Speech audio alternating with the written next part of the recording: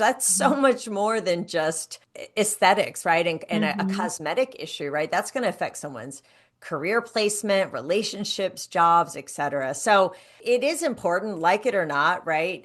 Your appearance. But at the same time, I think we also need to realize aging is natural, right? And so really I'm all about like skin longevity, regeneration. How can I live as healthily as possible for as long as possible, including my skin?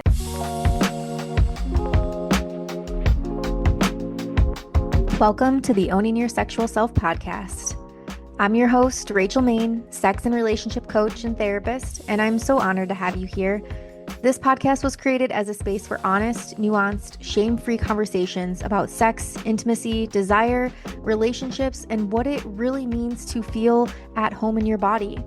Whether we're talking about pleasure, boundaries, communication, healing, or the messy middle of long-term relationships, this is a place where you don't have to have it all figured out in order to belong. As I enter into my 6th year of podcasting, I feel more committed than ever to helping you soften the pressure, trust your body, and build a relationship with your sexuality that feels grounded, empowered, and true to you. So take a breath, let yourself arrive, and know that wherever you're starting from is more than enough. Now, let's get into today's episode.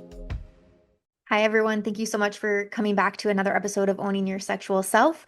We're talking all things skin today. Yes, you heard me. Skincare, and we're specifically talking to those in the perimenopause era of their lifelong journey. I have on today a guest with me, Dr. Mary Alice Mina, who is truly going to impact us today. She is a Harvard-trained, double board certified dermatologist and a procedural expert with nearly 2 decades of clinical experience and has been recognized time and time again as a top doctor in her field. She is the founder of The Skin Real and co-owner of Bachman Mina Derm Surgery, and she's championed a refreshingly honest and whole body approach to skincare, empowering women to confidently age and reconnect with themselves. And Dr. Mina also has a podcast which ranks in the top 2% worldwide, has resonated with thousands of midlife women seeking genuine confidence and clarity, and she's helping them break free from endless beauty routines and unreliable advice. And so her mission is to reach over 1 million women by the year of 2032. Happy to be a part of that with producing her on the show today, and really working to teach them how self-care rooted in science and simplicity can restore joy, well-being, and self-love. So her real skin method uniquely positions her to spark conversations at the intersection of wellness, confidence, and a sexual self-acceptance. And so I think I'm so excited to hear about this real skin method that she speaks on. And without further ado, let's get this show on the road. Thank you so much again for listening. All right. Dr. Mina, thank you so much for coming on to the show today. It's so good to have you. I'm very excited to dive into this topic around skin health and your skin method. Yeah, thank you so much, Rachel. Really thrilled to be here. Love your podcast. Yeah, thank you. And I'm curious when you first got into this, what I know we just talked briefly, like how did you get into podcasting? So I'd love to hear your story now that we're recording. What sparked your desire to take this approach into skincare? Right. Yeah. A couple of years ago, I was, quite happy being a clinically practicing dermatologist and taking care of patients and busy and raising my family and really just like loving my practice. And then the pandemic hit. And all of a sudden, I wasn't going into the office as much, and I was sitting at home a lot.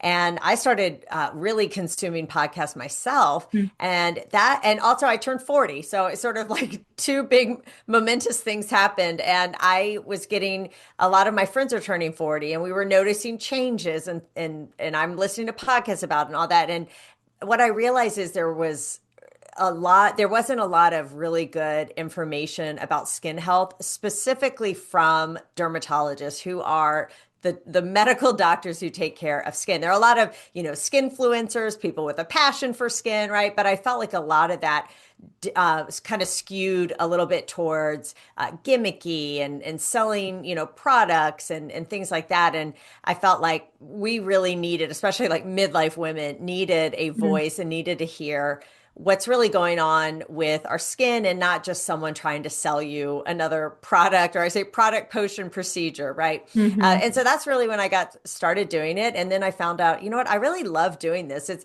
kind of like talking to patients, but amplified. I can reach more people on a wider level. And I'm just really on a mission to help people better understand their skin and not be so overwhelmed by it. Hmm. Yeah, absolutely. And noticing too that there's so many different like skin types and causes of why your skin might not look the way that you want it to. And so I think with working in more from the coming from the dermatology lens, you have more awareness and education that you can offer people on that versus these influencers. Essentially, I see them all the time too. And when I'm scrolling through social, like you need the castor oil, you need this calcium stick, you need Botox, you need this Yeah. red light therapy. There's so many things that's being thrown at us. And yeah, I would love to kind of get into maybe even some of those. Like what do we actually need for our skin? What do you as a dermatologist even recommend actually for our skin? Yeah, you hit the nail on the head. I call it the hot girl hamster wheel, right? And Yeah. it starts out really, for some it may be kind of insidious, right? Like you start maybe highlighting your hair and you're doing your nails and then you start Botox and then you start maybe a little filler and then you're doing laser hair removal and then you're doing dry brushing and then you're doing yoga, facial yoga. It's like all these things just add up, add up, add up, add up. And next thing you know, your whole day is spent on these like beauty tweaks and things that you think you have to do. And then you're paranoid to, stop any of them because you Mhm. don't know like what's going to happen but what's really working, what's helping. And I see this all the time. I mean, I see people doing these incredibly elaborate routines and these like Mhm. songs and dances and all this money.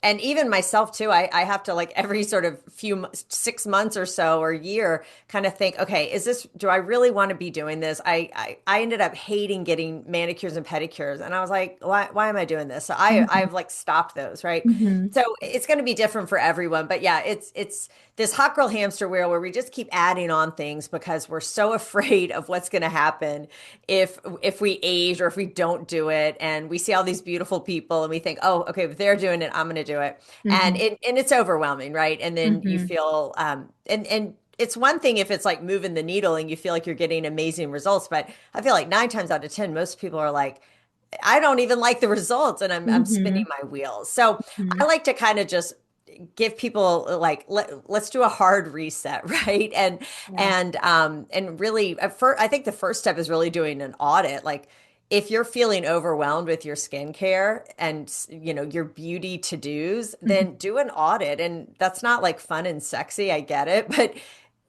try to write out all the things you do. Maybe it's over 3 months, maybe it's 6 months. Mhm. Maybe if you don't feel like you do a lot, maybe it's a year, right? But just kind of like jot out each month or look at your calendar. Like, what am I doing each month? Or during the day, how much time am I spending on X, Y, and Z? And then give it a score, like 1 to 5 of how much you like it. So Mhm. if you love doing it, like I love getting massages so much. Like I will do anything to get a 90-minute massage. I love it so much. I've never had a facial in my life. And it's not that I don't think they work or they're beneficial or whatever. It's just like that's not where I want to spend my time. So, your level of enjoyment matters. The Mhm. cost matters, right? Like Mhm. how Mhm. much is that costing you? And then the frequency, right? Is this something you're doing every month, every 6 months, every day? Right. And so you have to factor these things in. But I think just simply writing out all the things you're doing is pretty eye-opening for a lot of people. And then really just kind of not being afraid to cross out the stuff that really you don't love, it's expensive, and you dread doing it, and try to just stick with the things you really like. And this is where having a relationship with someone like a dermatologist, someone you trust Mhm. for their aesthetic guidance can be helpful, who can guide you. Because people come to me all the time, they say, well, do I need this? Do I need that? I'm like, do I need Botox? Right? I'm like, Mhm. nobody needs Botox. Do you want Botox? This is what I think it could do for your skin. Is that something you're interested in or not? Right. Mhm. So yeah, I think also just learning, I talk about how do you create your skin habits? Well, you think about what your skin needs, and that's going to be, are you acne prone, eczema, dry skin, sensitive, et cetera. And then you think about your goals. And that's going to be different. And that's also going to change during different seasons of your life. And then you put those two together to get your habits, right? And so it's going to be different for everyone. But I would say most people I meet, they're doing too much and they really could pare it back significantly. Wow. Okay. Yeah, I was not expecting that. I was thinking that it was going to be people, well, most people weren't doing enough. Like people were like, I don't have any skincare routine. Well, there are those. That's Yeah. my husband, and they're certainly out there. I guess they're not coming to see me, right? But yeah, I would say the especially women I meet, and again, I'm a dermatologist, so maybe I'm skewed because they're coming to see me, or they're talking to me, or they're my friends, right? I find they're doing a lot, and Mhm. yeah, we talked before in the show how I just read this article in Business Insider called "Being Hot is Now a Job Requirement." Mhm. And so I think we're just going to keep seeing more of this, right? Because there's this pressure to look mature enough to be able to do your job, but to also still look young, right? You don't, because there is ageism in the workforce, right? So Mhm. this fine line of looking old enough that people take you seriously and give you respect, but not looking so old that they're going to want to, move you out of sales or marketing or whatever and find someone younger. Mhm. Mhm. Yeah, I'm glad that you spoke to that, the pressure that people, and I've heard it as, spoken as like the pretty privilege, and Hmm. that maybe that's a different avenue to go down. But I think that's also another thing that's adding to the pressure. Like I have to look a certain way, I have to look put together. Um, yeah, I think, and especially with your skin, you're like I just think like we're so skin forward. Like that's one of the first things that you would notice on a person Oh, when yeah. you're meeting them, right? Their face, what their face looks like, what their teeth look like, what their eyes look like all of those things. And Yeah. yeah, Hair. hair, yeah, all that. Well, and they've actually because sometimes I think people think, oh, dermatology or skincare, it's just cosmetic, it's just aesthetic. You shouldn't care what you look like, all that. But I don't know, can't recall the exact statistics, but people make a first impression of you before you even open your mouth, right? Hmm. So they're Hmm. already looking at but not just also your physical appearance, but also looking at how you're standing, your posture, things like that. And they have done studies looking at people with acne, and they actually it was computer generated acne. So they took these models and they took men, women, they took people with different skin tones, and they gave them different varying levels of acne, so mild, moderate, and severe. Hmm. And they showed random people these pictures and they asked them to rank them on, how much would you want to be their friend? How likable do you think they are? How much would you want to be in a Instagram post with them? How Hmm. intelligent do you think they are? And just by looking at the same people and just by changing the acne amount, Hmm. people who had more severe acne and who had darker skin and more severe acne were deemed less intelligent. I wouldn't want to be friends with this person. I wouldn't want to be seen with this person, right? And that's huge. That's so much more than just um, aesthetics, right? And a Hmm. cosmetic issue, right? That's going to affect someone's career placement, relationships, jobs, etc. So it is important, like it or not, right? Your appearance, how you appear and present yourself. But at the same time, I think we also need to realize aging is natural, right? Hmm. And so really I'm all about like skin longevity, regeneration. How can I live as healthily as possible for as long as possible, including my skin? And I love that there does seem to be this sort of movement towards that rather than stamping out every line and wrinkle on your face and trying to look like you're still 25 when you're 60. Hmm. Yeah, I think it's like not even realistic when I see No, those types of people. no. Um, which to each their own. I want to take a quick moment to share something I truly trust when it comes to supporting sexual health and pleasure. This is a product line I've worked with for over a decade, both personally and professionally, and it's been a cornerstone in how I support clients and listeners in feeling more comfortable, confident, and informed about their bodies. Recently, the offerings have expanded, making it easier than ever to support both individuals and couples at every stage of their journey. This collection includes high quality lubricants, thoughtfully designed sex toys, and personal health products that support arousal, comfort, and overall sexual well being. Everything is body safe and chosen with intention so that exploration feels more supportive rather than overwhelming. Whether you are reconnecting with yourself or deepening intimacy with a partner, these products are meant to meet you where you're at. You can shop my curated collection through the link in my show notes using the code MY9PU44. That's code MY9PU44 to get 15% off your entire order. Your pleasure and your sexual health matter, and you deserve tools backed by experience, care, and trust. And that's exactly what I'm bringing to you. Again, go to the link in the show notes here and use code MY9PU44 to save 15% off. Enjoy. You speak on something known as the real skin method or skin philosophy, and so I'd love to hear more about that and what that means. Yeah, so absolutely. So I really hope when people like listen to me talk or listen to my podcast that they understand that our skin is more than just our face, right? Mhm. So often we think our skin is just our face, like neck up, like not even our neck really.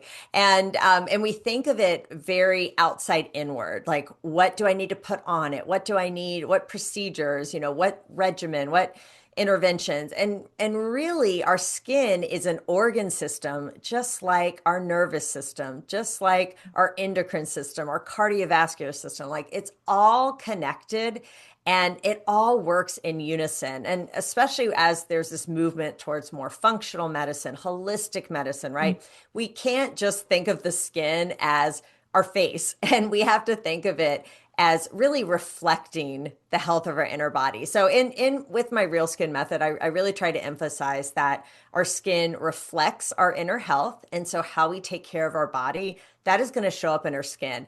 And if you do nothing else, take care of your whole body because that is going to make your skin look 1,000 times better than what I could do with one syringe of filler or a little Botox, right? Mhm. So R is for reveal. So letting our skin is revealing our inner health if we actually take the time to look and open our eyes, right? It can tell us so much. That's another really cool thing about Mm. dermatology is we're kind of like detective. I can look at someone's nails and say, "Ooh, I think you've got some lung issues, and I'm going to send you to a pulmonologist." Or certain skin findings can actually be the first sign of issues with connective tissue disease or maybe problems in your blood vessels or eyes. So people don't always make those connections. So that's where being a dermatologist is really fun because you get to see that stuff show up. So the E is for edit. So again, this goes back to sort of the hot girl hamster wheel, like Mhm. learning how to simplify and eliminate what isn't serving you and really just allowing your skincare routine and practices to really be unique to you and putting on blinders, not worrying about what the rest of the world is doing, what your Mhm. best friend's doing, what the Kardashians are doing, right? So simplifying and eliminating and canceling out the noise around you, which I know is really, really hard.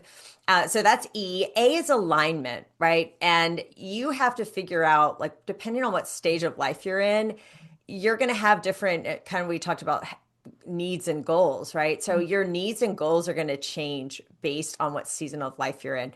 When I was going through pregnancies and having little kids, that was very different from where I am now in my mid 40s, approaching menopause in my 50s or whenever. And so you need to be in alignment with your season of life and in your values. And then L is love. So Mhm. many times we go through life just like criticizing ourselves. Like think about when was the last time you looked in the mirror and you were like, wow, I look amazing, right? Like Mhm.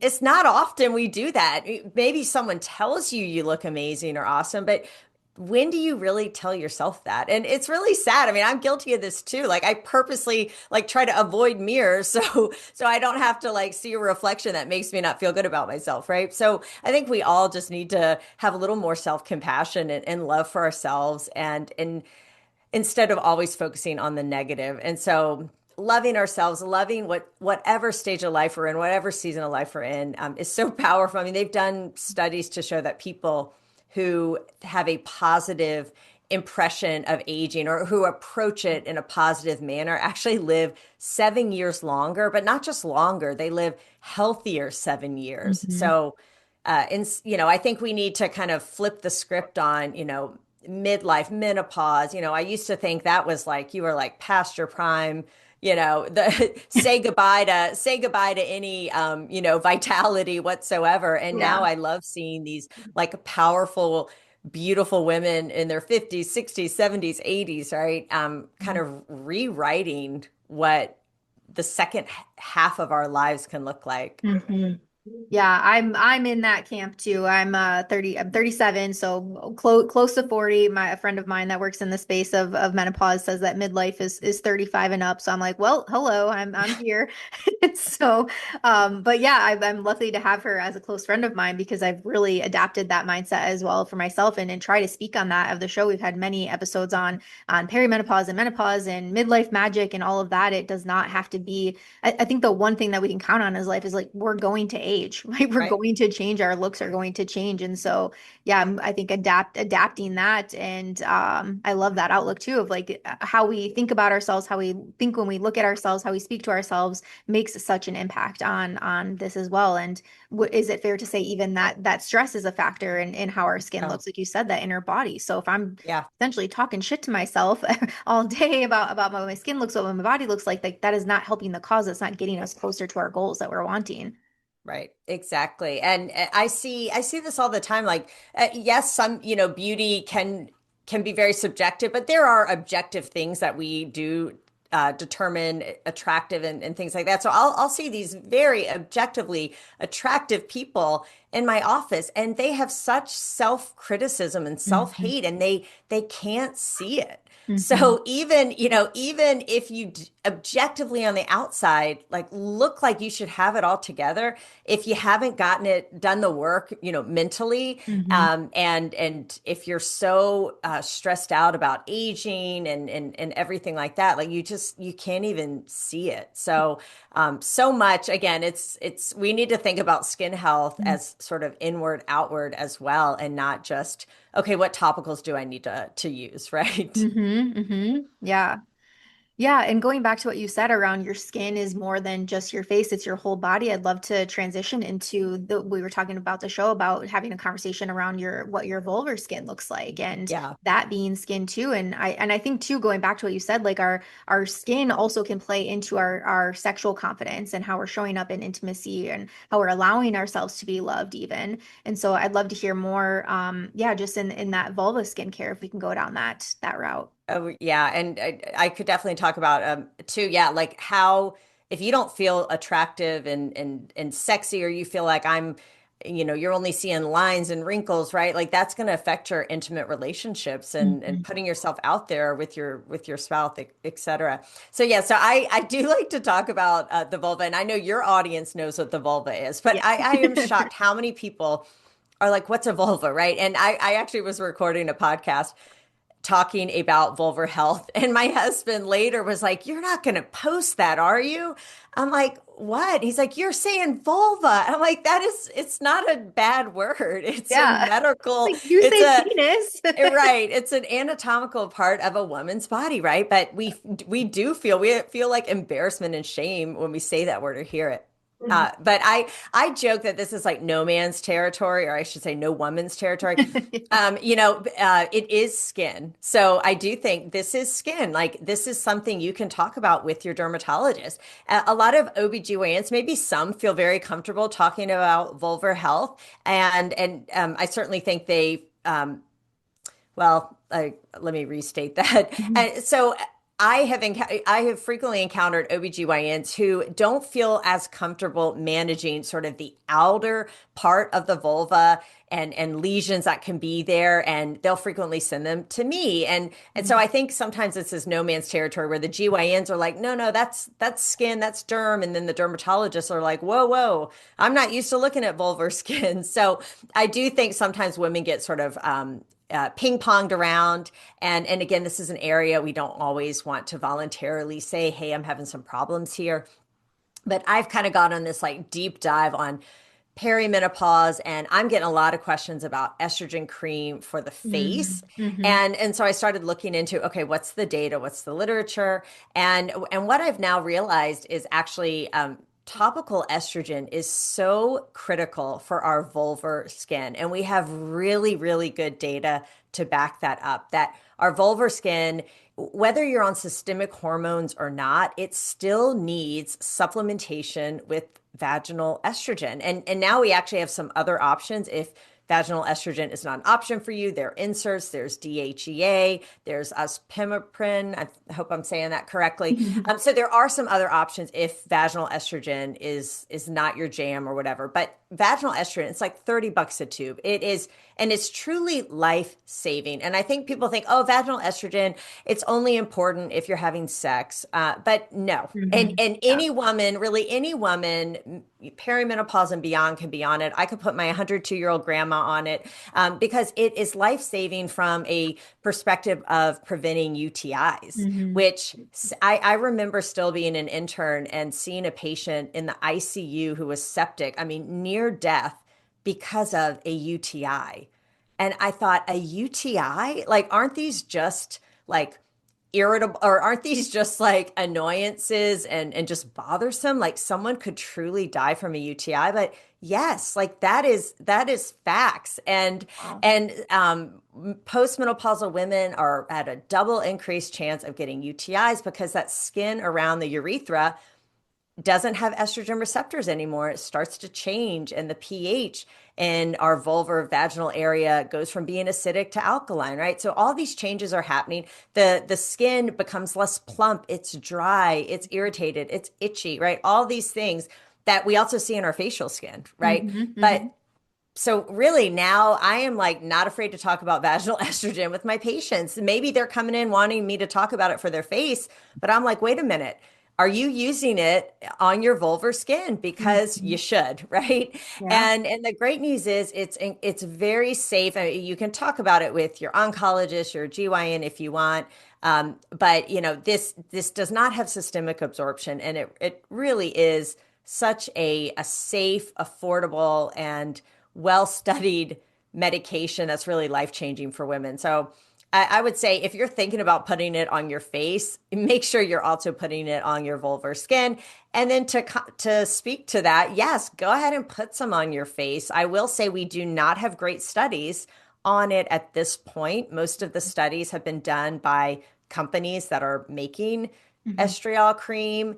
And some of the studies we have, although they're almost 20 years old, have shown that it actually works better on sun protected skin. So again, we still need a lot of data to say definitively, yes, estrogen cream on your face is beneficial and helpful. But the way I see it is, what's the harm in Mm-hmm. trying it? I know it helps vulvar skin. I know our skin on our face has estrogen receptors. And so if you're using it on your vulvar skin, sure, go ahead and put a little bit on your face, your neck, tops of your hands. I don't see a problem with it. But yes, the caveat is we need more studies, right? Like we need more Mm-hmm. studies in all of this sort of menopause space as well. Yeah. And what does it actually do for, if we can speak on that, whether no matter like where you're applying it to, what does the estrogen creams actually do for a person? Yeah, so speaking specifically for your skin health, so our skin has estrogen receptors. The keratinocytes that make up the skin cells, our skin barrier, our blood vessels have estrogen receptors, our fat, our muscles, our bone, all of these have estrogen receptors. And guess what? When you lose estrogen and your bone starts to resorb and your muscles start to atrophy and become smaller, and you have fat displacement, and you're losing collagen because the fibroblasts no longer have estrogen to support them. All that's where we start to see like your whole face start to fall and sag, right? Mm-hmm. And so and again, topical estrogen in theory would help increase the plumpness of the skin. It would help increase collagen, which has been shown, especially in sun protected skin, that it actually does boost collagen production. It can help with your blood vessels, so you have less flushing of the face, less kind of dyspigmentation, right? So it works on all these cells, and so again, we need more studies to show. But I think of estrogen especially being powerful with our hair and collagen. And Mhm. that's where I think most people notice the changes. Mhm. Yeah. And yeah, this I think this is the first time we've had this conversation on the show, so I would love to know for somebody that is looking for, how do I want to word this?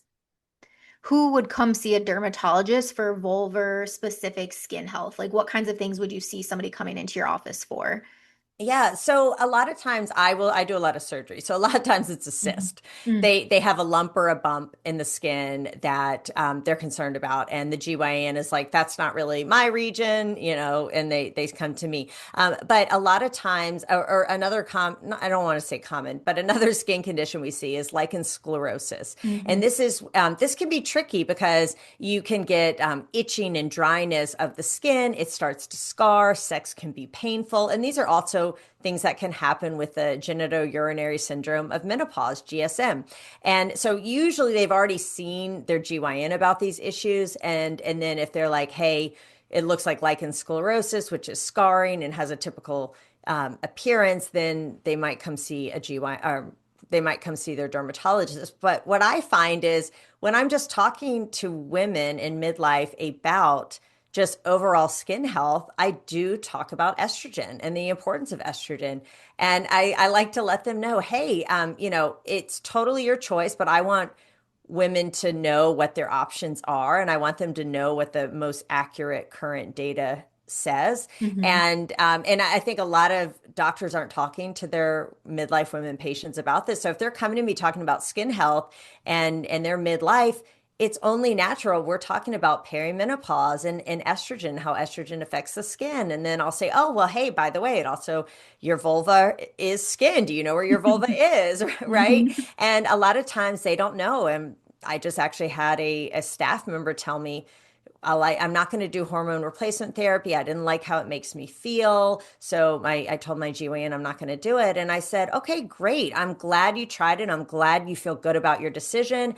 But you also can be on vaginal estrogen. They're not mutually exclusive. Mm. And I think this is something you should consider as well. So that's kind of how it comes up. And I just think there are too few doctors in the world, and it's because we didn't train learning about menopause. Like I trained in the mid 2000s and we weren't talking about Mhm. this, and the only thing we heard about hormone replacement therapy is that it was bad and dangerous. And so it kind of was like, okay, you hit menopause, well, that's it. Go, Yep. You had a next. good And run. so yeah. And so I think there's this idea that, oh, all these doctors know about it, but they don't. You have to really seek it out. So, yes, I'm a dermatologist. I'm not going to be necessarily writing your hormone replacement medication, but I'm certainly going to be able to have an educated conversation with you about it Mhm. and my thoughts and how that impacts your skin and certainly vulvar health. So Mhm. I think just as doctors, we need to learn like not to be afraid to talk about this. We've really left my mom's generation of women like high and dry in this Mhm. matter. And I love that the Gen Xers and millennials are like, Yeah. that we're not going out like that. Yeah. I had a friend and a colleague of mine recently. She was like, yeah, like our parents were just out there raw dogging menopause, like Yeah, no HRT, like no estrogen, like just not doing anything. So yeah, right. I'm very appreciative to bring this conversation to light. I think more people need to. And yeah, I feel I know that you have a podcast, so I'd love to hear more about that. So for people that are wanting more information on this and wanting more ongoing conversation, we'll share that in a minute. But I'd love to just as we're wrapping here, what is one mindset shift that women could make this week after listening to this episode? Gosh, I would say that the mindset shift is aging is not the enemy, and to really embrace it. And there's so much good that comes with being, having more confidence, being wiser, and having, all your life experiences. So I think just kind of reframing, like getting older isn't necessarily the enemy. It's how do I live as healthfully as possible, and truly, if you have this sort of positive outlook and mindset and you're taking care of your body, I promise you, your skin is going to look better just from doing that. And then you can come see your dermatologist for like the last like 5 to 10%, right? But I think again, like so much in life, it's mindset, right? And just deciding like, I'm not going to let aging make me sad, depressed, bitter, whatever, and just really being like, oh my gosh, like I'm 45. I can't wait for the next 5 years and the next 5 years and the next 5 years. And I get it. It like every day is not like Pollyanna. I'm super excited, right? Yeah. Yeah, we're human, but again, just I think just allowing yourself, like I can be midlife and I can still be a vibrant, attractive woman or man is key. Absolutely. And then I'm curious, is there any skincare habit that you're like, what, like, we gotta let this go. Like, stop doing that. Is there any like pet peeve that you have around a habit? Gosh, I would say, and I love that we've done this whole episode, and I have like not even talked about topical products other than vaginal estrogen. But I'll just give a plug because I know some people are like, just tell me what to What to use. do? Yeah. And I would just say gentle cleanser, sunscreen. You have to wear sunscreen and SPF. If you just do that, your skin will be phenomenal. And maybe throw in a retinoid and antioxidant if you want to be a little extra. That's what I do. hmm Okay, you were asking me, oh, what do I want to see go away? I Yeah. want to see these like trends, these like viral trends. I want them to go away. Mhm. Which I know is like not possible, but thinking like, oh, beef tallow, beef tallow. Oh, now it's snail mucin, now Oh it's, yeah. all these things. Oh, gotta do this, gotta do that. Like it's too much. And maybe some of these treatments might have some benefit, maybe for some people, but also using just plain old CeraVe moisturizer from the drugstore is also really, really good and amazing, right? So hmm you don't have to follow every trend. What I say is find something and stick with it. I've been using the Dove Beauty Bar cleanser, which is like, I call it soap, but they don't like me to say soap. And I've been using, I mean, because it sounds like it's so basic. And I've been Yeah. using that for literally decades. And trust me, people send me cleansers and all these things, and I'll try them. And I'm like, look, the Dove Beauty Bar, it's face, it's neck, it's body, it hits all the marks. It's affordable, it's gentle. hmm So I'm like, why do I have to switch it, right? Maybe it's not sexy, but hey, like I haven't gotten any complaints about my skin. So if you find something and it works for you and you like it and you're getting the results you like, don't feel like you've got to like jump, catch the next shiny object, right? hmm Um, hmm and I think just there's so many gimmicks and hype out there. Like I actually just had someone text me right now, like, what do you think about peptide facials? And I'm like, okay, like that's a hmm huge, like, what do you mean by a peptide Yeah. facial? Which peptide are you referring to, right? But obviously she saw something, a video, peptide facials, this is the way to go, da da da. So again, just being aware that of a lot of the marketing, the gimmicks, the hype that's out there. You hmm don't need to try everything. And again, just sometimes less is more. Yeah, I think letting that be permission, maybe for some people that are listening. I see the viral reels of the morning shed, and they're taking off their mask and like My all the things. I'm like, gosh. gosh, yeah, like I do my skincare, and I just added in castor oil to try that to help with moisturizing and collagen and all that stuff. And I don't know, we'll see. I'm gonna use it until my little ball is out, and then we'll reconvene at that after that. Yeah, yeah, those are crazy. I'm like, wow, I don't know how someone could sleep like that, but yeah. I mean, but I see it, my children are 11 and 12 and Yeah. they do more beauty routine stuff than me. Now, I get it. When I was their age, I think I was playing around with stuff too. But they'll come out of their bathroom and they've got like under eye patches on and all this. I'm like, you guys have like the most collagen I you're know, ever like going you're to have in your 11. life. And you're worried about your under eyes and your cheeks and all that. It's crazy. But and it's just it's amazing how even without phones and iPads, like this gets to them. They see it, hmm right? hmm So Yeah. yeah, it can be tricky. Yeah. Well, thank you again so much, Dr. Mina, for coming onto the show today and bringing this information to our listeners. And yeah, I would love to hear this. If people want to plug in more to your content and follow you and listen to your podcast, please, yeah, tell us how to find you. Yes, absolutely. So the podcast is called The Skin Real. In this day and age, I have to spell real. So REAL, like real information. And yeah, I talk about, really kind of anything and everything skin health. Hmm. And if you are wondering how to create healthy skin habits, I kind of touched on that earlier. I have a little gift you can get. It's if you go to hi.theskinroll.com/habits, and I'll send that to you in your email. Sure. Yeah, we'll make sure to link that in the show notes too. And I also saw you had a something like a 5-day challenge for Yes. perimenopause. Something. Yeah. Yeah. Could you tell us more about what that is? Yeah, absolutely. So it's quick little videos that you can get on your phone, just giving you little reminders about things to think about in perimenopause, some challenges you may be having, and just to kind of let you know you're not alone and I'm right there with you. So yeah, it's a free challenge, and you can go to my website, theskinreel.com, and you can find that little challenge, and it's free, and you'll get a little video from me for 5 days in to your phone. Wonderful. Love that. Well, thank you again, yeah, so much for coming on, and it was a pleasure having you on the show today. Thanks so much, Rachel. Always fun. Thank you so much for spending your time with me today on the Owning Your Sexual Self podcast. If today's episode resonated with you, I invite you to pause and notice what stood out, what stirred something in you, or what you might want to explore a little bit more gently this week. If you'd like to support the podcast as it continues into its 6th year, subscribing, leaving a review, or sharing this episode with someone that you trust and love truly, truly means the world to me. It helps these conversations reach more people who need permission to feel less alone in their sexuality and their relationships. You can find more resources, programs, and ways to work with me in the show notes, and I'd love to connect with you beyond the podcast. Until next time, keep honoring your body, your boundaries, and your becoming. I'll see you soon.